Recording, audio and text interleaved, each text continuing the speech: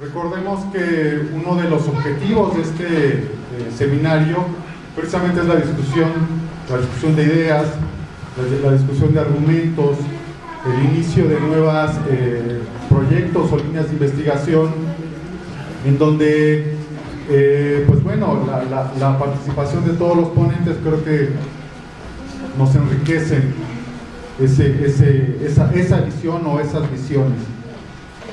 Y a mí me parece que el tema aquí expuesto da mucho pie a ello. Y quiero empezar con la parte de las fuentes.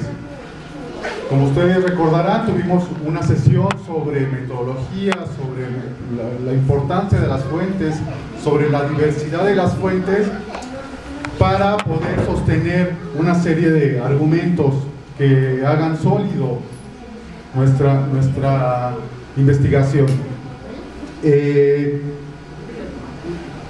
en donde invariablemente tenemos que meterle análisis.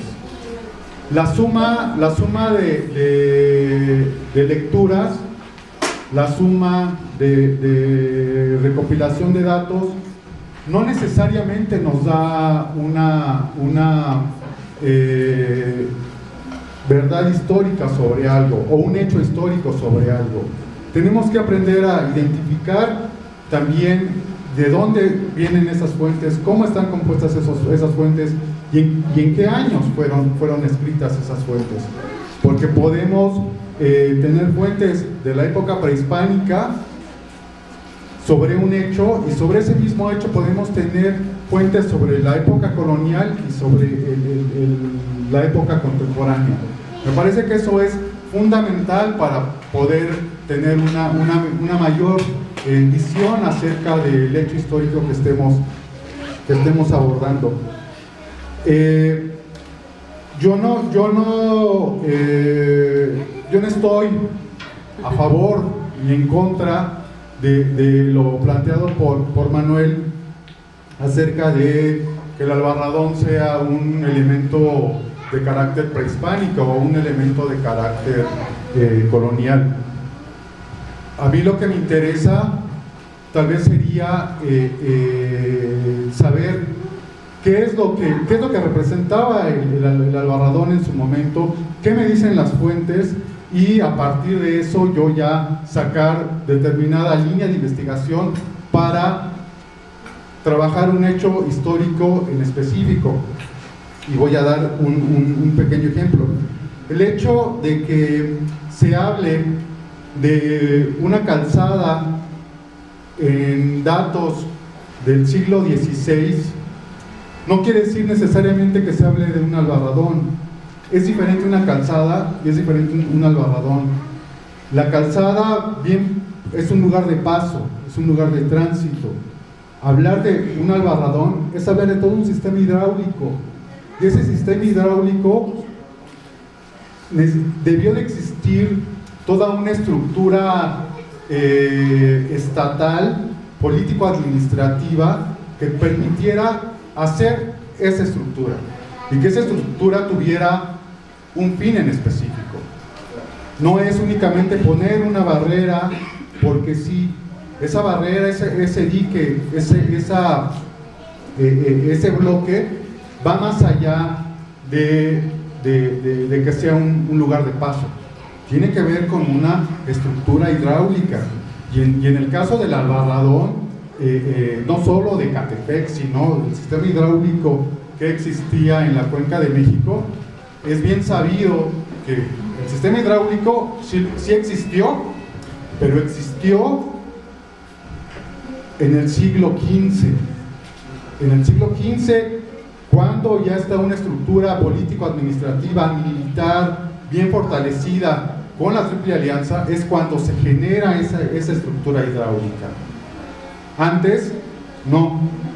¿Sí? O sea, los datos no nos dicen que haya existido. Además, no tendría por qué existir. ¿Sí? Porque no era necesario tener ese sistema hidráulico. Como calzada, sí. Como lugar de paso, sí. Y eso porque además es más que obvio por las características naturales del espacio. Y por otra parte, la sesión pasada vimos lo que era la parte de Ecatepec, el posclásico.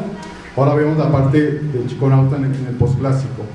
Me parece que hay que tener bien claro por qué se decidió dividir estas dos partes sobre un área que hoy día pareciera que es muy homogénea o es igual.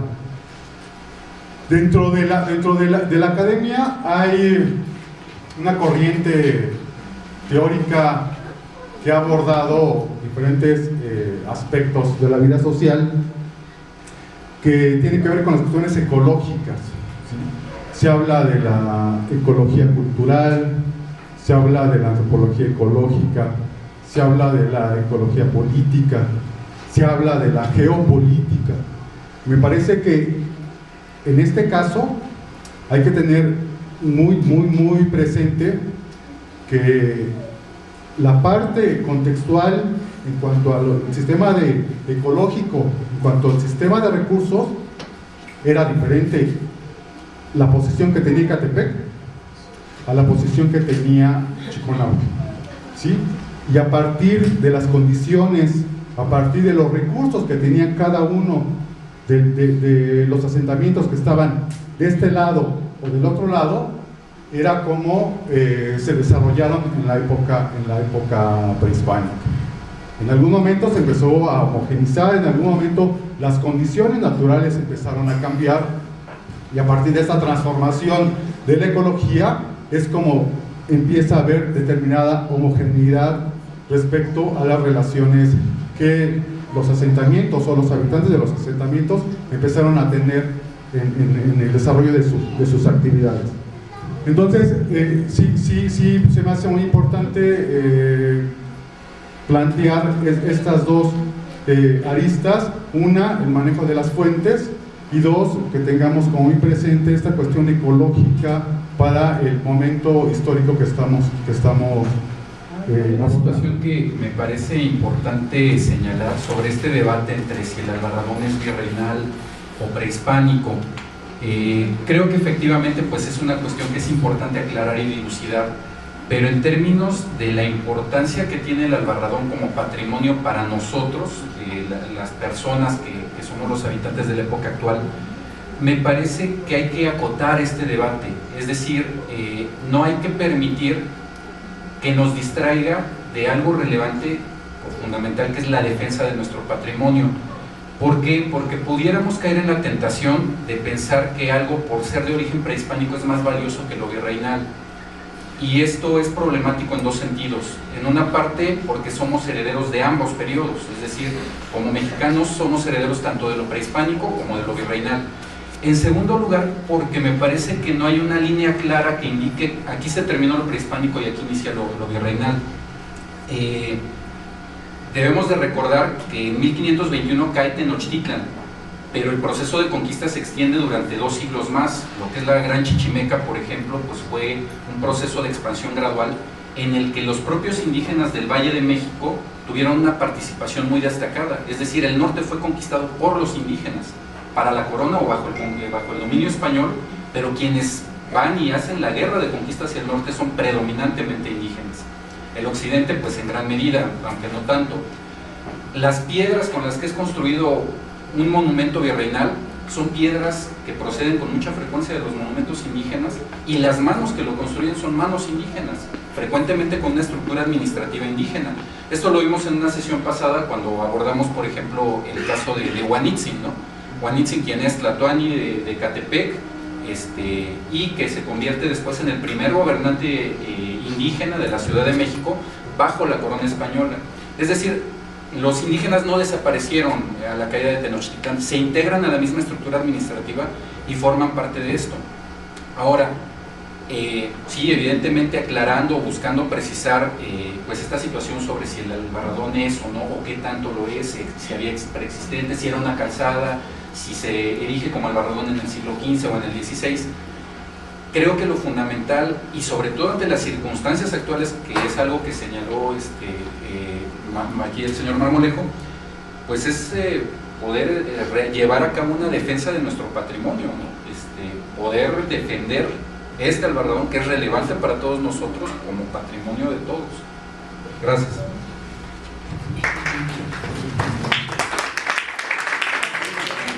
Bueno, no olvidemos que las calzadas se llamaban albarradones. No es necesario ver las capillas, ¿sí?, las compuertas, porque son sistemas diferentes arquitectónicos.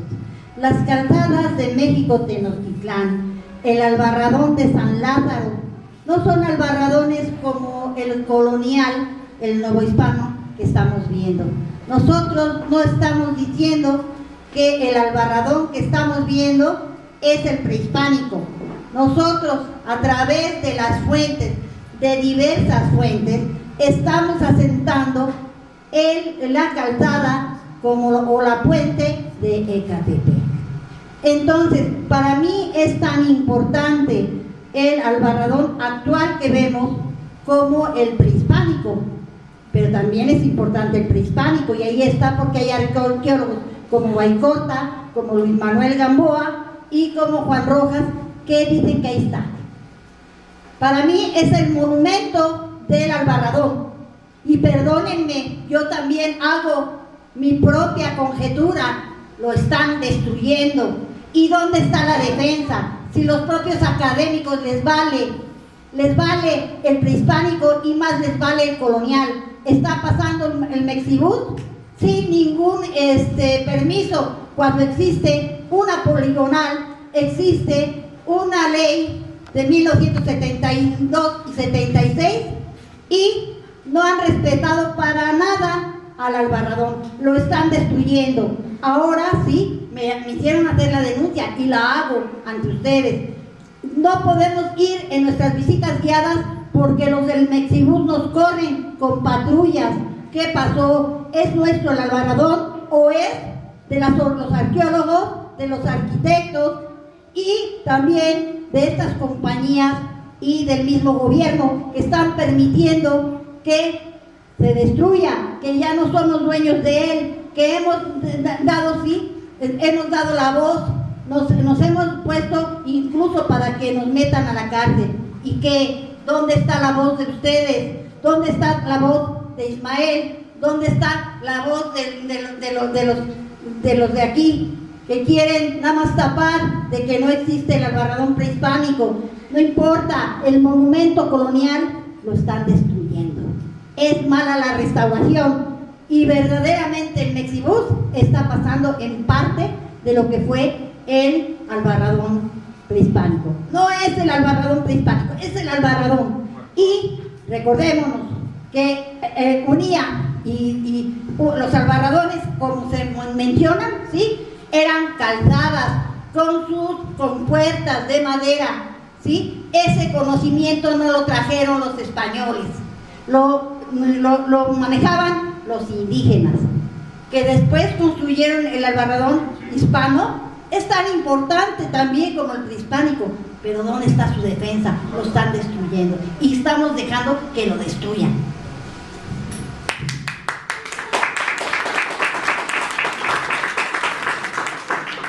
En relación al cuestionamiento o al planteamiento de que lo prehispánico pudiera ser más relevante que lo colonial, no es así. Simplemente quise asentar que no se está cometiendo un solo delito, se está cometiendo un delito doble, atentando contra el patrimonio histórico, pero también contra el arqueológico. Pero sí, ya es tiempo de que tratemos de evitar estas cosas como sociedad. Ni los académicos ni la gente del INAH lo va a hacer, porque viven del presupuesto. Es la sociedad quien tiene que defender. Ya no podemos seguir permitiendo abusos. Hemos realizado algunas investigaciones con gente del Poder Legislativo. Nos hablan de que hace algunos años, para un proyecto turístico, se bajaron 6 millones de pesos. Y se va a realizar esa investigación, a ver en qué quedó ese recurso. La gente está metida ya en los archivos, en la investigación, a ver qué está sucediendo. Sí es cuestión de actitud, compañeras, compañeros, sí es cuestión de conciencia.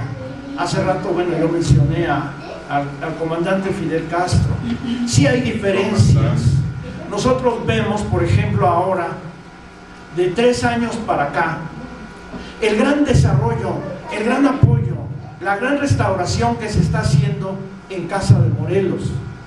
Se ha recuperado mucho de lo que era la Casa de Morelos. Hay ahora muchísimas actividades, cuestiones que no las había antes con el anterior director, ¿sí? Entonces, sí hay una diferencia entre las personas, entre los mismos académicos. Aquel también era arqueólogo, ¿no? Sí. Y no hizo gran cosa ni por el Albarradón ni por Casa de Morelos. Entonces, no es cuestión de berrinche, no es cuestión de pasión, no es cuestión de ideología, es cuestión mucho más delicada del mal uso de recursos públicos y de delitos consagrados en los códigos penales y en la Constitución. Sí hay un decreto, efectivamente, como dijo Asunción, del 7 de marzo del 2001 que establece la poligonal que define el área de monumentos históricos del Albarradón, y sobre ese decreto presidencial se está pasando por encima. Es decir, para poder actuar como están actuando los actuales, la gente del INAH, ¿sí? el delegado del INAH en el Estado de México, haciendo esa obra brutal sobre la zona de monumentos del Albarradón de Catepec. Primero se tendría que haber echado abajo el decreto presidencial del 7 de marzo del 2001.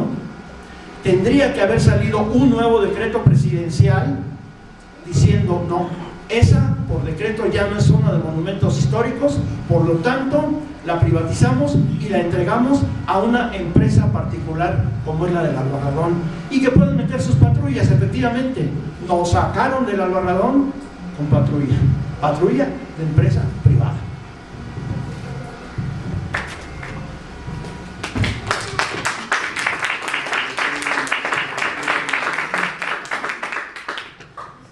A ver, ahorita paso el micrófono, nada más por alusiones personales. Efectivamente, o sea, yo estoy convencido, y yo lo he manifestado de manera abierta, que si la sociedad civil no se organiza, van a seguir arrasando con el patrimonio y entre otras cosas más que tenemos como pueblo, en su completo sentido de la palabra. Dos, y me parece aquí bien importante lo que comentó Gerardo, porque además lo hizo de manera muy explícita. No hay que confundir lo académico con lo político. Una cosa es un movimiento social y un movimiento político, y otra cosa es una cuestión académica, ¿sí? Y si bien en este seminario tenemos como planteamiento en algún momento poder servir de bastión o de apoyo o de fuerza para un movimiento, nos interesa mucho lo académico, ¿sí? Y lo académico es tener rigurosidad, y lo académico es ser crítico, y lo académico es tener una serie de disciplinas para poder plantear de manera, bajo el formato académico, que tiene todas sus bemoles como cualquier otra, pero de manera seria y disciplinada. Y por último, a mí sí me parece importante, Manuel, que seas más explícito, ¿sí? En cuanto a lo que comentas, que hubo un recurso y que estuvo destinado al Albarradón.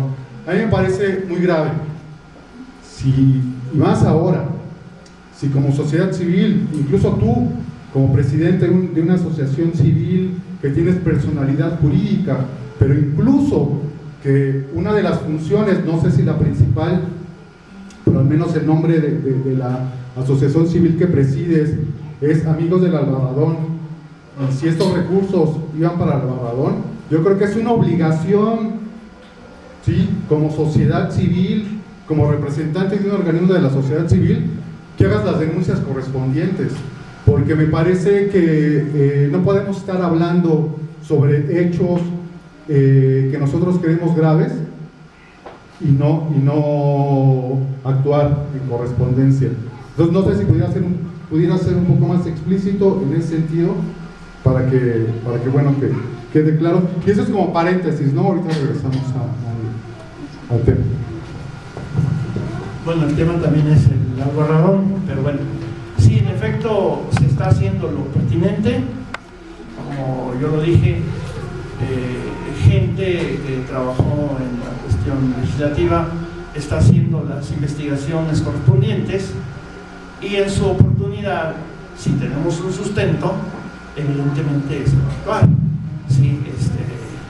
Pero bueno, siempre nos dejan todo el paquete a nosotros, todos los problemas, amenazas, cárcel, y en un momento dado, si es que hubo desviación de ese recurso, bueno, quienes lo hicieron pues están tranquilamente y sin ningún riesgo, ¿no? Y el riesgo, la responsabilidad, entonces cae en nosotros, ¿no? No puede ser así. Se hará lo pertinente bajo una investigación seria y con elementos. Se está haciendo. La gente que tiene los elementos están investigando, porque además es algo de hace ya algunos años. Y con esto, bueno, yo doy por terminado este planteamiento de esa cuestión y regresamos, pues sí, a lo académico, al tema, pero este también era tema, porque a mí me dijeron que también se trataba del albarradón hoy, pero bueno, adelante. Si alguien tiene más preguntas. Sí.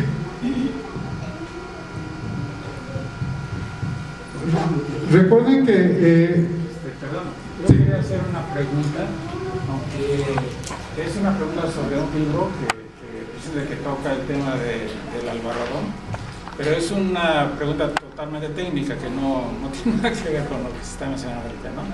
Encuentro en la página 115 de este libro un plano del albarradón que tengo la duda, ¿no?, de en qué año fue hecho, quién lo hizo, en fin, ¿no? Pero algo ya me explicaba la maestra de que parece que esto fue todavía, ahora sí, como herencia de Cristina Payán, ¿verdad? Es lo que le entendí. Son planos arquitectónicos del albarradón. Son una serie de planos arquitectónicos que mandó a hacer la maestra Cristina Payán y que incluso el director de Casa de Morelos ya ha explicado en alguna reunión. Él los tiene, ¿sí? Tiene copias de sus planos para la reconstrucción del lago, porque él piensa hacer aquí atrás de Casa de Morelos. Entonces el mismo proyecto de Cristina Payán lo va a aplicar aquí en Casa de Morelos, ¿sí?, con un lago para que lleguen las aves, recreándolo con plantas autóctonas de la región de la Sierra de Guadalupe, y reconstruir esa parte del albarradón. Esos planos, obviamente que yo tengo copia de ellos, ¿sí?, y se le dieron a quien corresponde en este momento tenerlos, es al director de Casa de Morelos, al que está ahorita en funciones. Gracias. Sí. ¿Alguien más?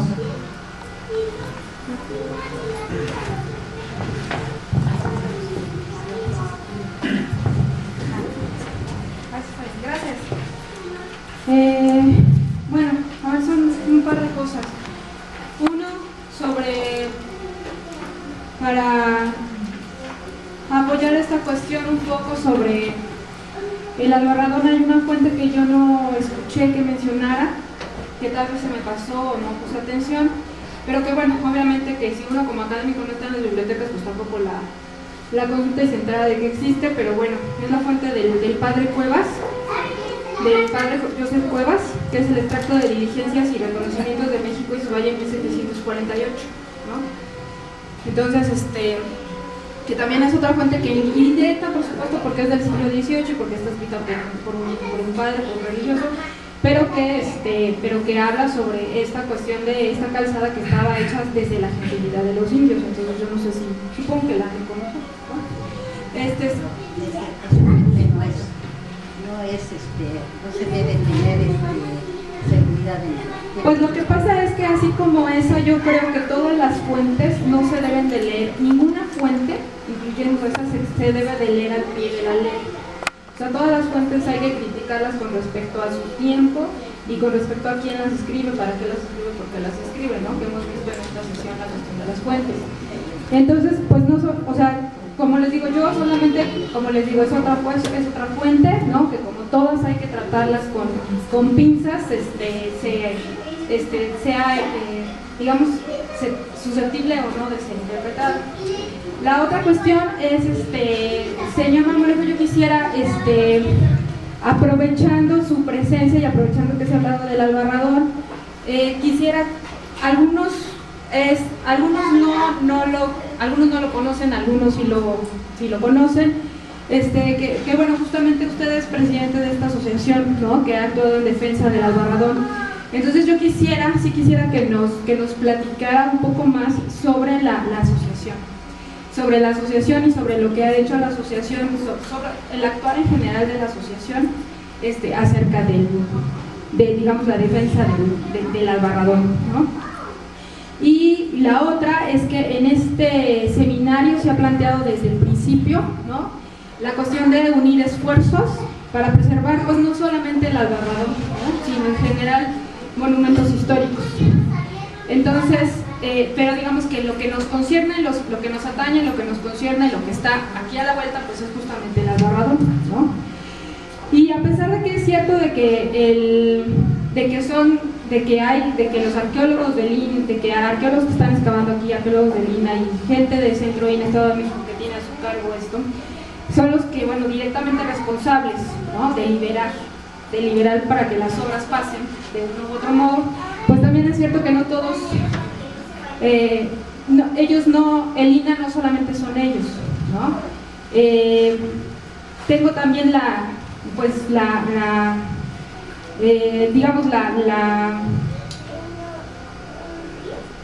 fortuna, ¿no? La fortuna en muchos aspectos de pertenecer también al INA, ¿no?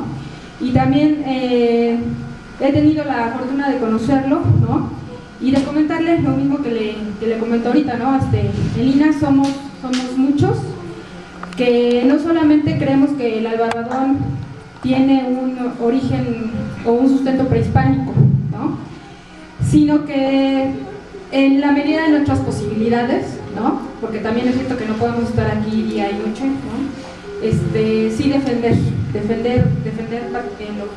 lo que consideramos no solamente como un monumento histórico, sino patrimonio de todos, ¿no? Y como dicen, porque lo importante es, pues, ver la función que tuvo Albarradón, ¿no? Y como dicen, pues, que es el único fragmento que queda de Albarradón de lo que fue la Ciudad de México, ¿no?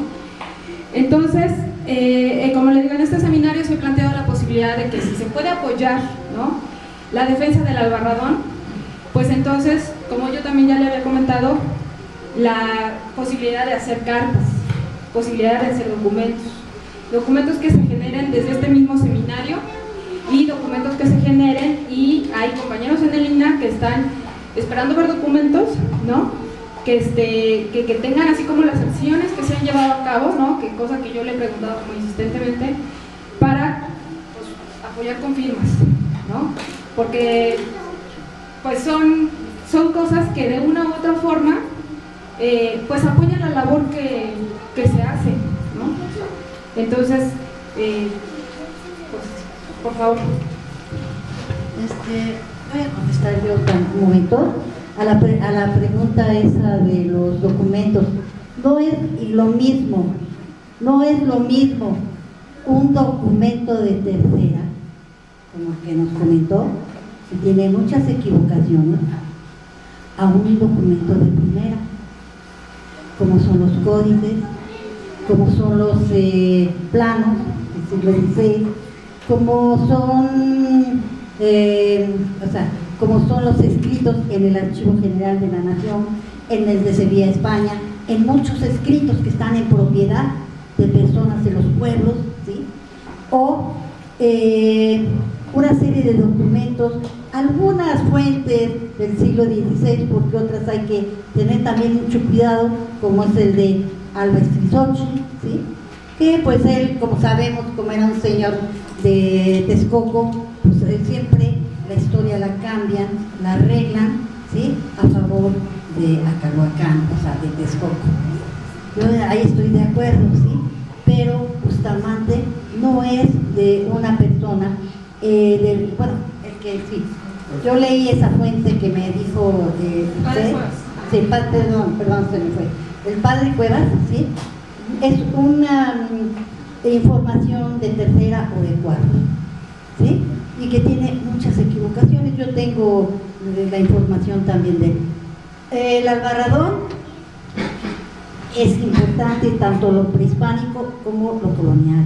Yo llevo 35 años luchando con Cristina Payán y con la comunidad por la defensa del Albarradón. Ahí, sí, el Centro de Estudios Mesoamericanos de Asociación Civil sacó el primer libro que se ha publicado sobre el Albarradón en 1990. Lo publica el INA y lo publica también, ¿sí?, el Ayuntamiento de Catepec, ¿sí? Ese es el primer libro que habla de las capillas, de las compuertas, habla del Albarradón colonial, obviamente, ¿sí?, que es lo que estamos viendo. Se hace todo un proyecto. Después surge la asociación que representa a mi amigo José Manuel Marmolejo Delgado. Pero yo llevo 35 años peleando por el Albarradón.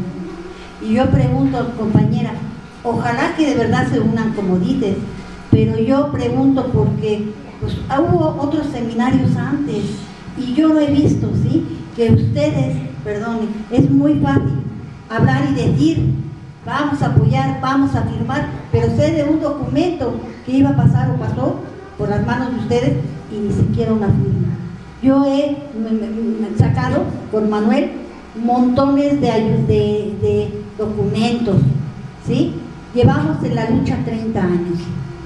Yo les pido que de verdad, si va a salir un documento, que salga, pero ya. O sea, esto se termina, esta parte del seminario, ahora el próximo sábado.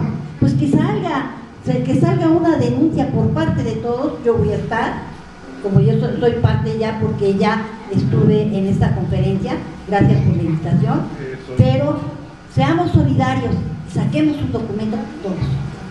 Yo me uno a ustedes, pero de verdad que salga, por favor. Sí, bueno, vamos a continuar con el tema del Albarradón, aunque sí me gustaría que hubiera preguntas, temas, opiniones sobre, bueno, la primera parte de la conferencia, ¿verdad? Que es sobre Chiconautla, todo lo que vimos, o sea, todas estas cosas tan importantes que fueron planteadas por la maestra, por la arqueóloga Asunción García Samper. ¿Qué es Amigos del Albarradón? Bueno, a mí me invitó, muchas gracias, Victa, Ismael, también junto con Vicente Camacho, a la próxima semana a hablar sobre la defensa del patrimonio. Bueno, sobre la defensa del Albarradón en este caso, Vicente hablará sobre otras cuestiones y hacer la visita. Por eso, bueno, es tema de la otra semana. Sin embargo, sí puedo decir que no hemos hecho un plantón, no hemos cerrado una calle, no hemos hecho cuestiones de esa naturaleza, pero nos hemos dirigido por la vía constitucional, la vía legal, a medio mundo. Desde Fox, Calderón, Erubiel Ávila, Arturo Montiel, Andrés Manuel López Obrador, Alejandro Encinas, medio mundo. Hemos ido a Toluca en infinidad de ocasiones, con Tere García García, con el que estuvo después de Tere, se me fue el nombre, con el actual, con Jaramillo.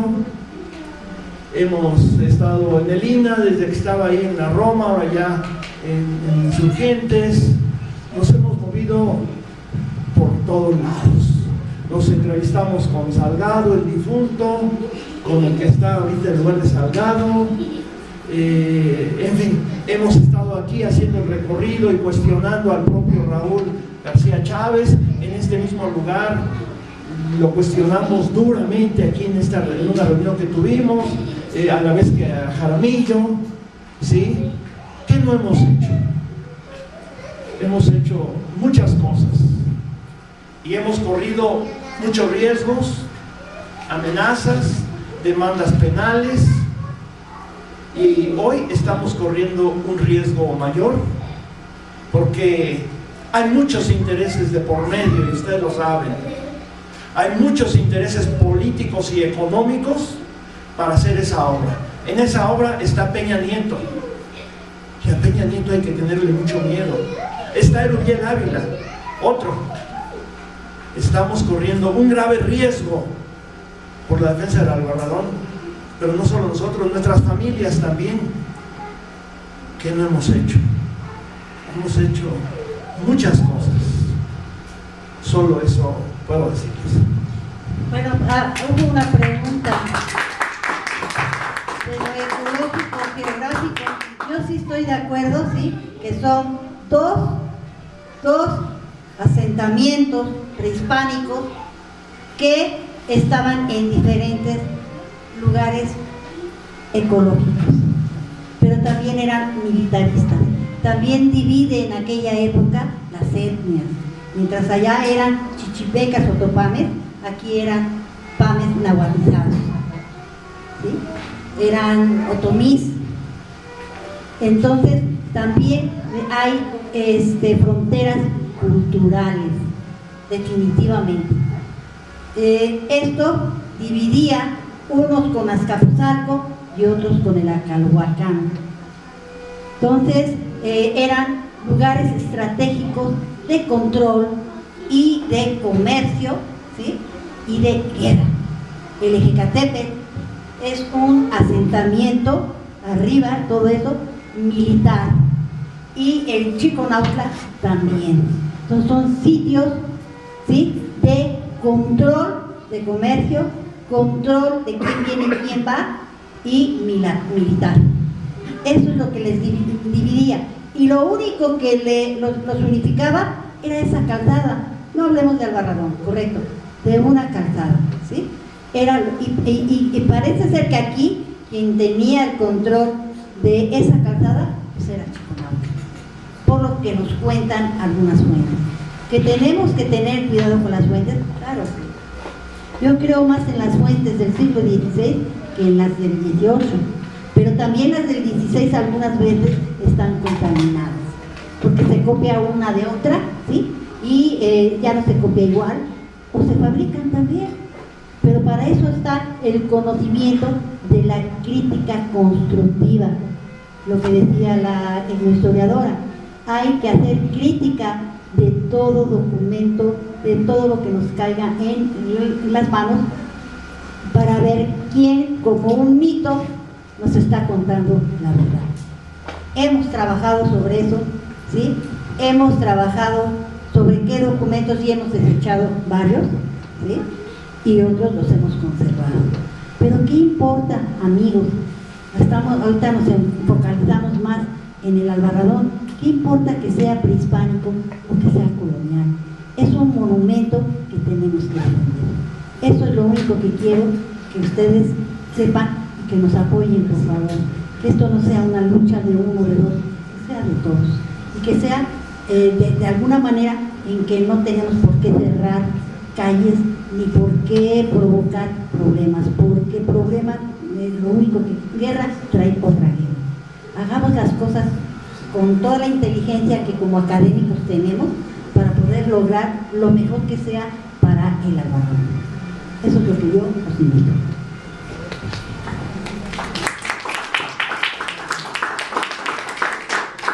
Me llama mucho la atención, perdón, y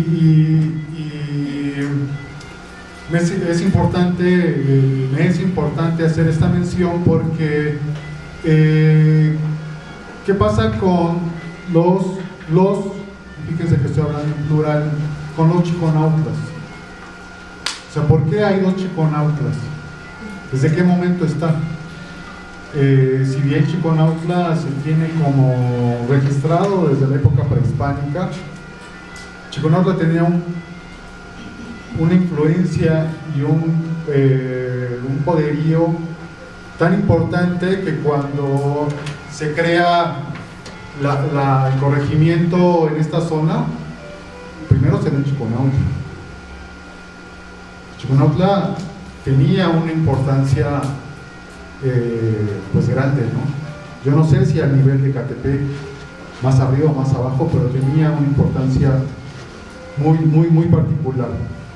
Y les lanzo esta reflexión porque esto lo vamos a ver en la época colonial y en la época actual. O sea, los procesos por los que ha vivido Chiconautla en términos históricos, las 2 Chiconautlas son diferentes. Yo he tenido la oportunidad, de hecho estoy trabajando el pueblo de Santo Tomás Chiconautla, y al revisar fuentes históricas hay una relación a veces de negociación y a veces de conflicto con el otro Chiconautla. O sea, ¿qué pasa con Chiconautla? Me parece que ahorita es oportuno que aprovechemos a la maestra Asunción para que hagamos algunas preguntas, ¿no? Yo de entrada, pues la pregunta que haría es: ¿qué referencia se tiene de los 2 Chiconautlas antes de la llegada de los españoles? Bueno, pues hay referencias en códices y en fuentes, pero del siglo XVI obviamente, porque antes no existía escritura. Pero sabemos que Nepohualco, el lugar del contadero, estaba en Santa María Chiconautla, y Santo Tomás, ¿sí?, es Chiconautla. O sea, para las fuentes, ¿sí?, marcan una afinidad, pero sabemos que casi todos los asentamientos prehispánicos se conforman de 2 partes, una náhuatl, otra otomí chichimeca, y eso era lo que pasaba en Chiconautla. Hasta hace 20 años todavía se hablaba el otomí chichimeca y el náhuatl. Obviamente que la guerra de tierras, incluso hará unos 80 años hubo un enfrentamiento entre las 2 Chiconautlas, pero realmente ya se divide. Uno era un barrio, ¿sí?, de Santa María Chiconautla, no es Santo Tomás Chiconautla, es Santa María Chiconautla, ¿sí?, porque ahí es donde nos remiten las fuentes escritas y los códices, que ahí sí era el centro hegemónico donde vivía. Acordémonos, se los dije, y dónde estaban los familiares de la genealogía texcocana, ahí en Santa María Chiconautla.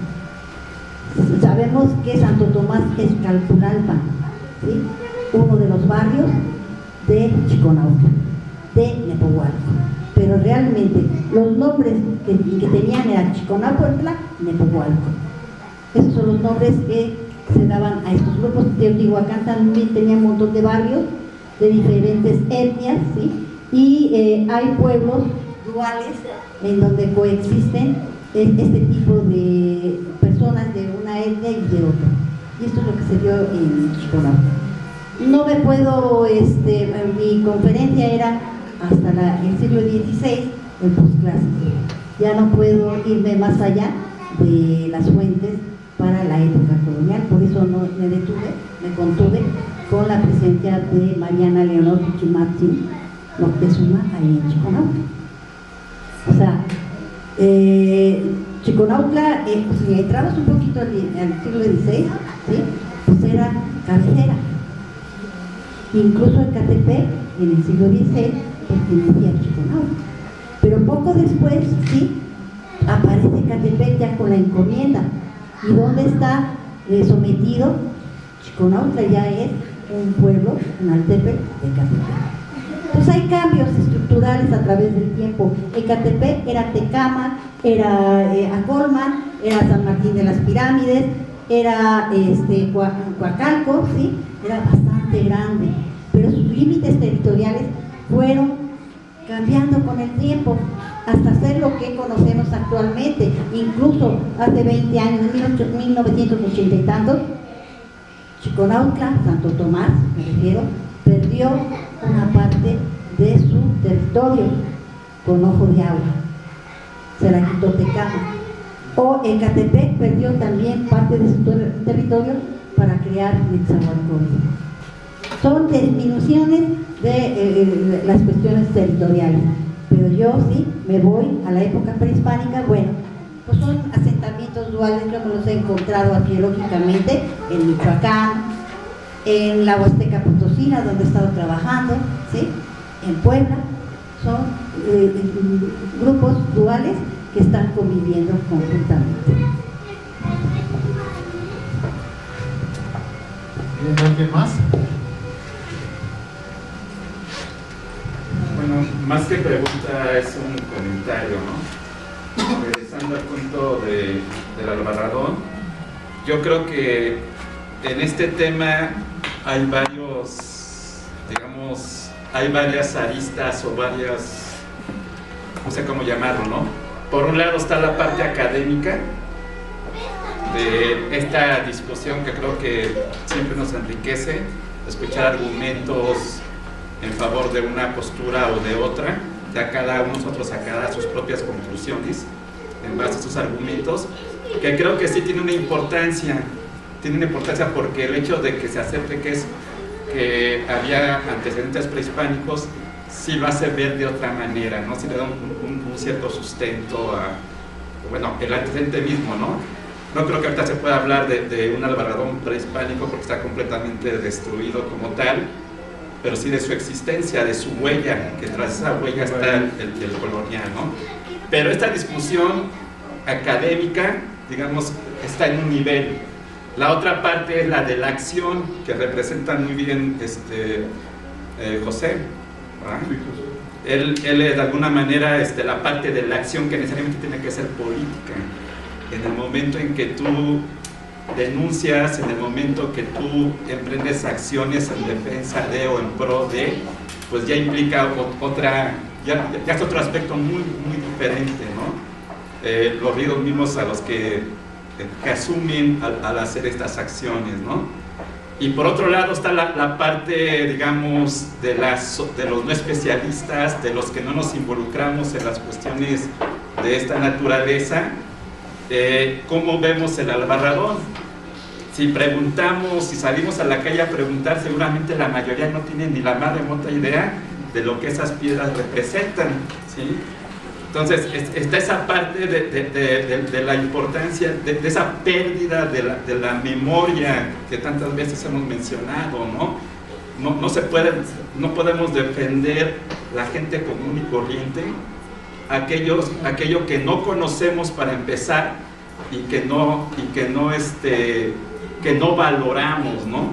Y yo creo que allí es donde entramos, de acuerdo al ámbito en que cada uno se desenvuelva, un papel diferente, ¿no? Entonces, es muy complejo el tema, tiene muchas aristas. Actualmente lo más que podemos hacer es levantar una protesta porque ya el hecho está, el daño ya está y sigue en marcha, y eso difícilmente veo yo que se pueda detener, ¿no? Lo que sí se puede hacer es un acto de conciencia y de voluntad en el hecho de por lo menos dejar un testimonio en apoyo a todo lo que ya se ha hecho, un testimonio de denuncia o de protesta, ¿no? Pero bueno, simplemente es un comentario.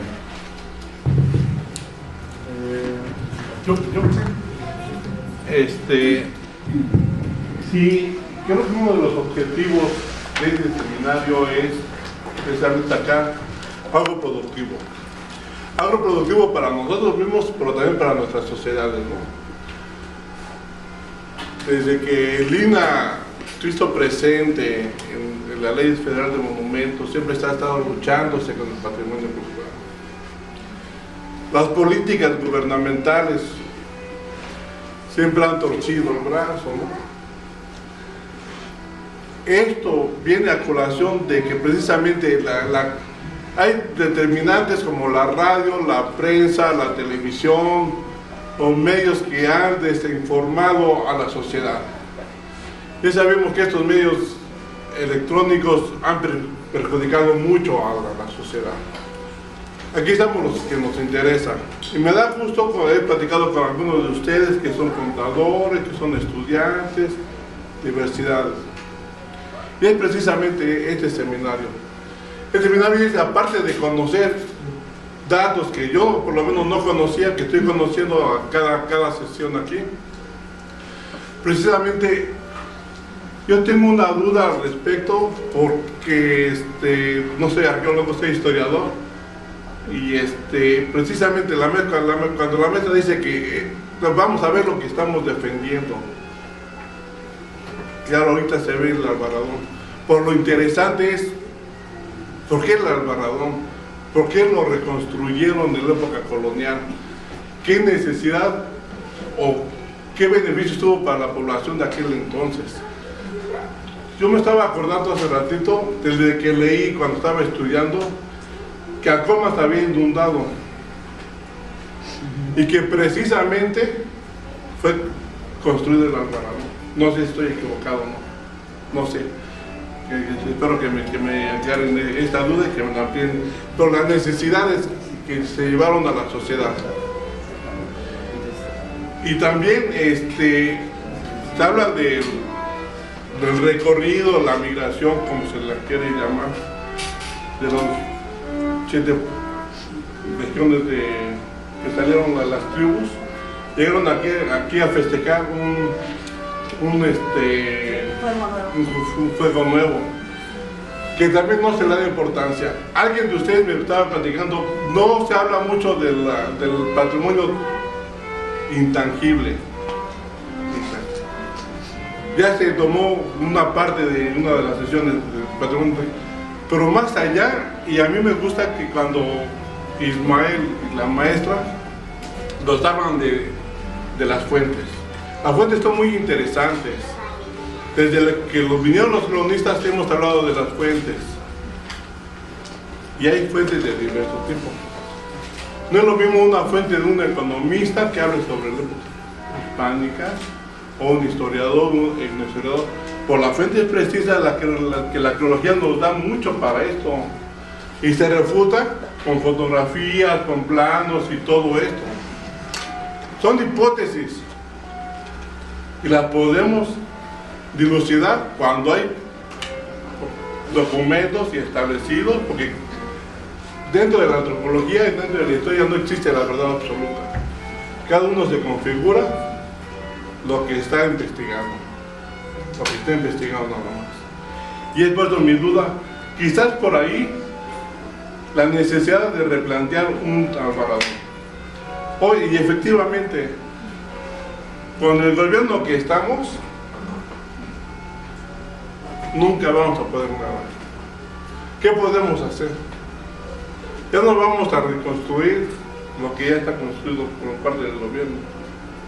Cuando un gobierno le pega a los hijos, que son los estudiantes, le pega a los maestros, que son parte esencial de la vida de un país, ¿qué se espera del gobierno? Quizás nosotros como académicos, como interesados en estos temas, podemos hacer alguna denuncia, sí, y yo estoy de acuerdo con ellos. Por ya vendrán las próximas sesiones donde vamos a determinar, vamos a hacer equipos de trabajo, me imagino, no sé qué plantea Lupita e Ismael, cómo le vamos a hacer, porque precisamente podemos dar una denuncia para que estos tipos de seminarios se reconozcan. Gracias.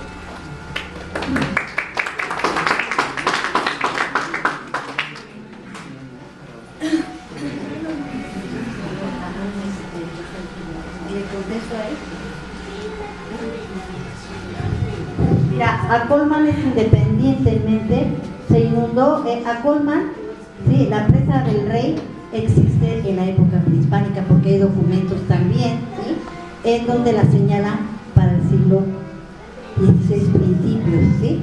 Tiene elementos prehispánicos. pero definitivamente se inundaron los pueblos, o sea, los pueblos ribereños de Chiconautla hasta Tecámac, no se inundaban. Lo he recorrido y en un plano que tenemos nosotros, el siglo XVI, sigue el Albarradón. Resulta que el Albarradón no llega nada más para defender, ¿sí?, el colonial estoy hablando, para defender México, Tenochtitlán, México, o sea, la Nueva España, sino también a los propios pueblos ribereños. Entonces, por un lado llega hasta Tecámac, y por el otro lado, bueno, pues ya vimos la continuación también, le da la vuelta hasta Cuautitlán, hasta Zumpango. O sea, el Albarradón estaba para defender, no nada más, hablo del colonial, sigo insistiendo, defender de un lago a otro, sino también para defender las inundaciones a los pueblos ribereños. El sistema hidráulico de Acolman, ¿sí?, tiene, o sea, tiene la única relación que tiene con el Albarradón, sí, es que por ahí pasaba el río San Juan, desembocaba en la parte de Osumbilla hacia el lago de Acalhuacán, o sea, San Cristóbal, nada más. Pues son sistemas diferentes. Ahí había una presa que en uno de los planos aparece como la presa del Rey, ¿sí? Sí hay otro Albarradón que todavía existe, el de Coyotepec, ¿sí? Una fracción, ¿sí? Ese es colonial, ese no es prehispánico, ese es colonial, que es diferente a este Albarradón precisamente porque no es prehispánico. Y obviamente que sabemos que Xaltocan y Tonanitla tenían calzadas. O sea, podemos tener esa diferencia, ¿no?, de una calzada para que pasen los seres humanos y ya un Albarradón, pero que de todas maneras controlaba la hidráulica, ¿sí? Pero también, o sea, un Albarradón ya colonial, que es lo que estamos viendo con las capillas, con puertas, que son también de humilladero, o sea, son sistemas diferentes. Pero definitivamente lo de Acolman es muy diferente de esto del Albarradón. Bueno, ahorita con estas ideas de que puedan surgir propuestas concretas, a mí me gustaría proponer algo. En Coacalco recientemente se tuvo el caso de un proyecto por parte del gobierno del Estado de México de hacer un distribuidor vial en el cruce en Bosques, Valle de Coacalco, me parece, es en el cruce entre la avenida López Portillo y Bosques Centrales, creo que se llama la avenida central de entrada de esa zona. Esto implicaba pues hacer un trébol y talar los árboles de un área verde que estaba ahí, bueno, que está ahí, perdón, con el sacrificio de varios cientos de árboles. La gente se organizó y subió una petición a la plataforma de Change para recolectar firmas vía internet. La petición alcanzó cerca de 25,000 firmas en aproximadamente 2 meses, es decir, tuvo bastante éxito y se logró impedir. O sea, se rediseñó el distribuidor, se cambió su trayectoria y a fin de cuentas ya no se realizó en ese punto. Entonces yo sugeriría, por ejemplo, esta como una propuesta concreta, que podamos hacer una solicitud para firmas, porque es una medida que puede tener pues una relación de impacto y de distribución relativamente rápida ante el avance que ya tiene la situación con el Albarradón. Y bueno, también pues aprovechando el hecho de que veo a muchos jóvenes aquí participando que son mucho más activos en redes sociales y que pueden ayudar pues a impulsarla, ¿no? También, bueno, pues yo quiero aprovechar esto que el compañero acaba de decir, ¿sí? Para lo del aeropuerto, amigos. El aeropuerto va a destruir todo el cerro de Chiconautla, todo lo que les presenté de los elementos arqueológicos, pues van a bajar 80 metros del pico, donde aparecen las cuevas, los petrograbados y asentamientos prehispánicos, coloniales, lo van a tumbar todo. Entonces, no es nada más esa parte del Albarradón, nos hemos concretado en el Albarradón, pero es toda la cuestión arqueológica que guarda el cerro de Chiconautla, ¿sí? Y también, pues acaban de destruir los 5 montículos salineros que yo todavía recorrí, el mogote, los mogotes, el tiburón, la casa renegada y los tres de Santa Ana. Están ahí cerquitita. Si quieren, si quieres, ustedes dos, ¿sí? El sábado próximo del recorrido los llevo para que vean qué queda de esa parte del patrimonio. El patrimonio, yo creo que debemos, sí, modificar todo lo que está pasando.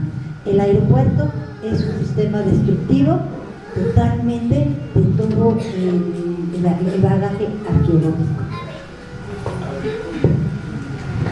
Sí, en relación a lo que dice el camarada Gerardo, en efecto, esa nueva carretera que están haciendo para que corra el Mexibus sobre la zona de monumentos históricos al Barradón de Ecatepec no se ha terminado.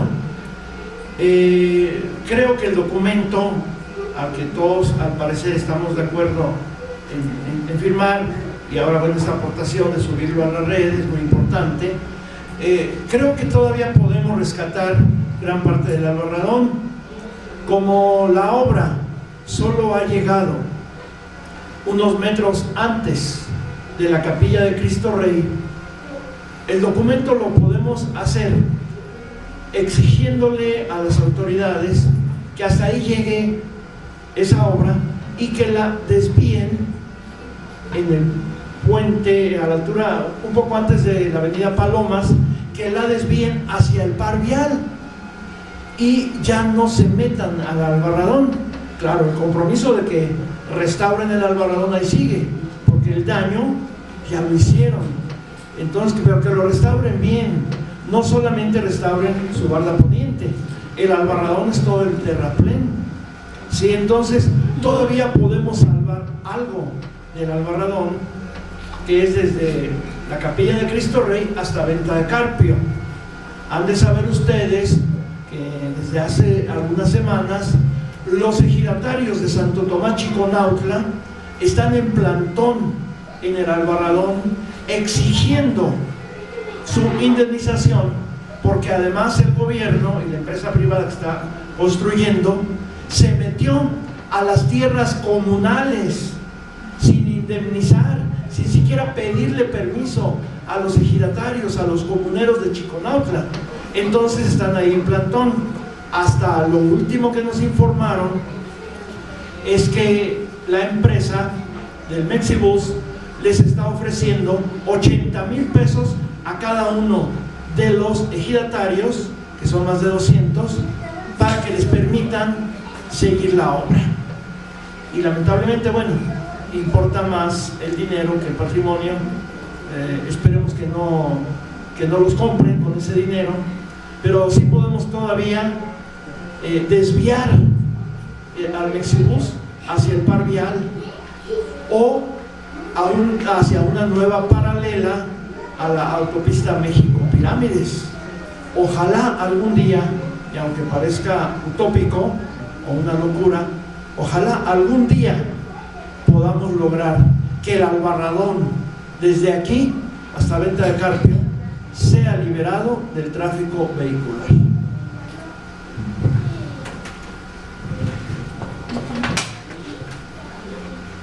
Se cayeron manos.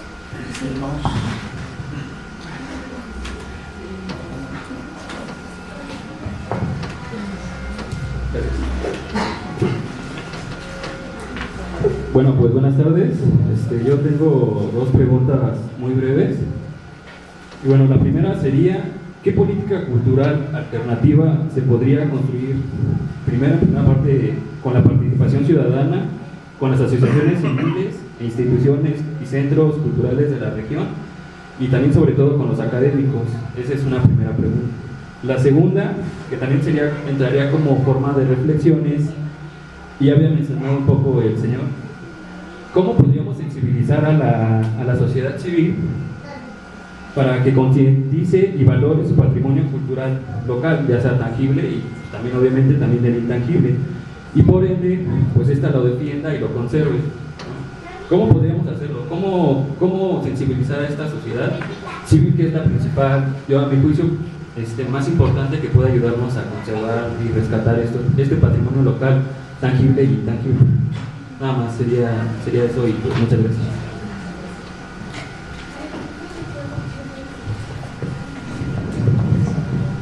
Bueno, pues es algo muy complejo. Creo que este seminario es parte de lo que se puede hacer, ¿verdad? Pero que salga. Sí, este seminario, bueno, se está subiendo a YouTube.